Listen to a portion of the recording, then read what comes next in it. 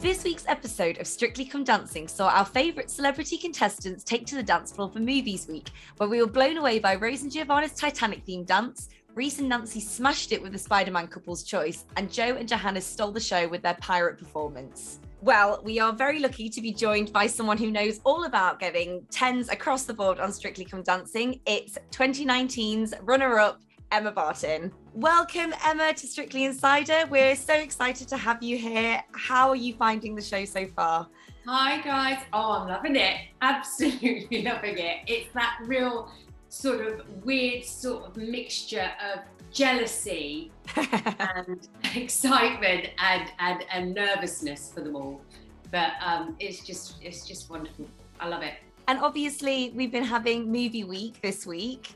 So, I mean, it was just, how did you find that, doing that? Because I think that you did an Austin Powers themed performance, didn't you? We did the Austin Powers salsa.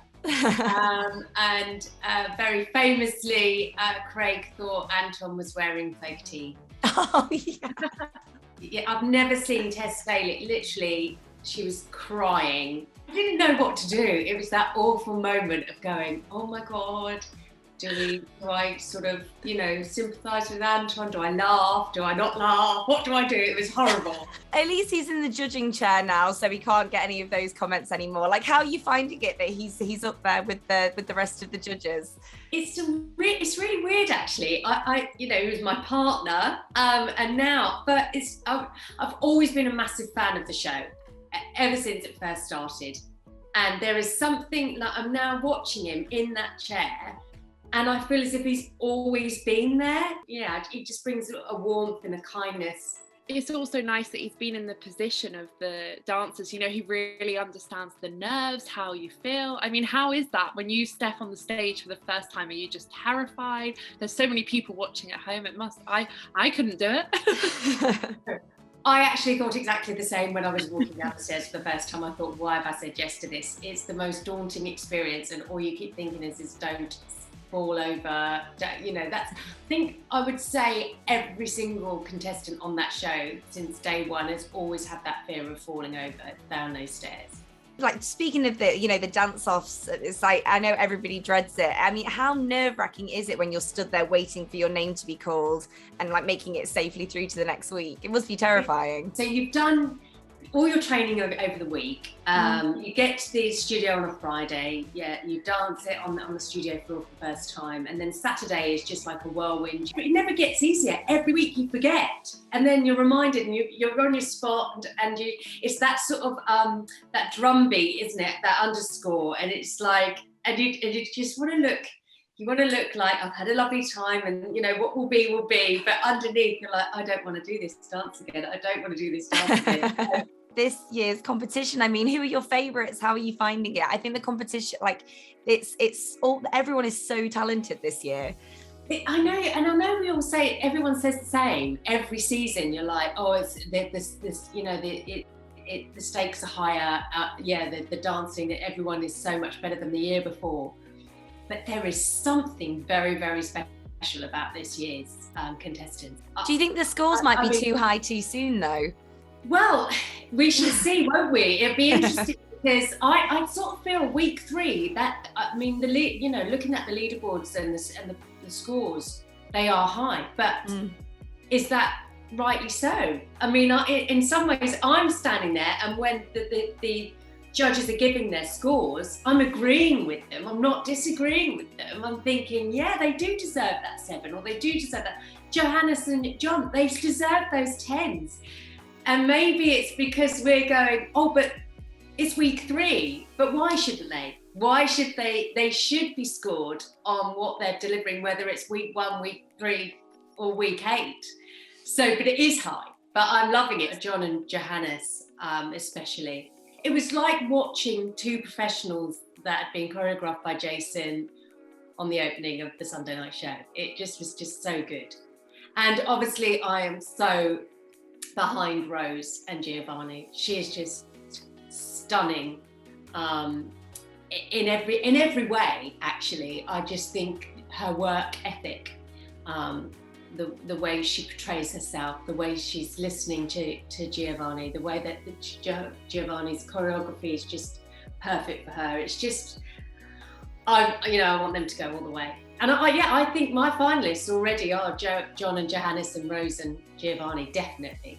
Yeah, Rose is definitely my favourite. I mean, it was absolutely magical, that dance. And I just couldn't believe how amazing she is. She's just inspirational, really, isn't she? Totally. And I think how wonderful that, something like Strictly are showing our sort of youngsters, or especially our youngsters, because they're so influenced by people that they see on the telly, and a show like this, that you can achieve stuff. And it doesn't stop you, and she's not just getting there; she's getting there and more. She's smashing it, actually. So speaking of the other side of the leaderboard, so obviously poor old Judy and Katie had the dance off, and it was Katie and Gorka that went home. Do you think the right couple left? I thought it was really tough. I didn't want to see either of them in the dance off at all. It's so difficult. You just don't know. It's, again, it is down to the public. It's not just the judges' scores. I mean, I remember being literally at the bottom of the leaderboard for the rumba with Anton, and we got through. So you just don't know. Was it Anton said he thought he saw a mistake? I didn't want to see either of those in those positions. So I really felt for Katie and Gorka. I didn't really feel that it was her time to go. No. I always think it's so sad when anyone leaves. It's just like, can't we just have a competition where no one has to go? We were devastated. The year, I think, that broke our hearts, all in class 2019, and we're all really close still. We message each other all the time on our little WhatsApp group. When Dev and Diane went, that's another sort of prime example. They did it was movie week. They did Aladdin. Yeah, it was so good. It was amazing. Top of the leaderboard. The next week he goes home. It's like that's what is great about the show as well. It's not obvious, and that's what as fans and viewers just sort of drawn to the show, because you just never know what's going to happen. That was such a shock, actually. Now you've said it, oh my gosh, I can remember how. Yeah, same. Incredible that dance was, and how did he go home?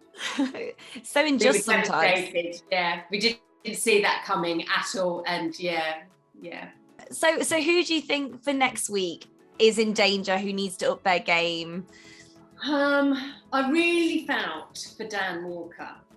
Nadia, he's working so hard, and I really felt he really took a knockback on the response he got, and it's going to be tough. It's always really tough when you've had that, not the reaction that you'd hoped, and it does knock your confidence a bit.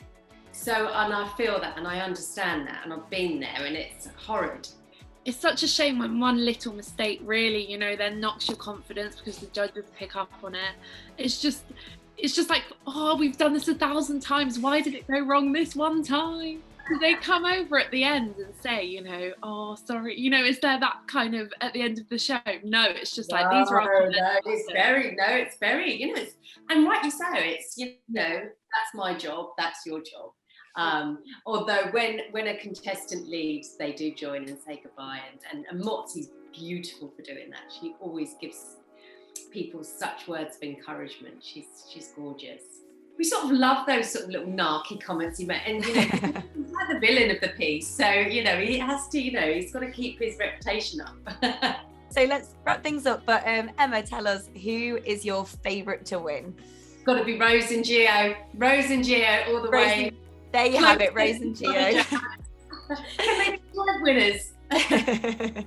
Amazing. Thank you so much for joining us. It's been an absolute pleasure. Thank you so much for joining us on our Strictly Insider. Don't forget to like and subscribe, and we will see you next week.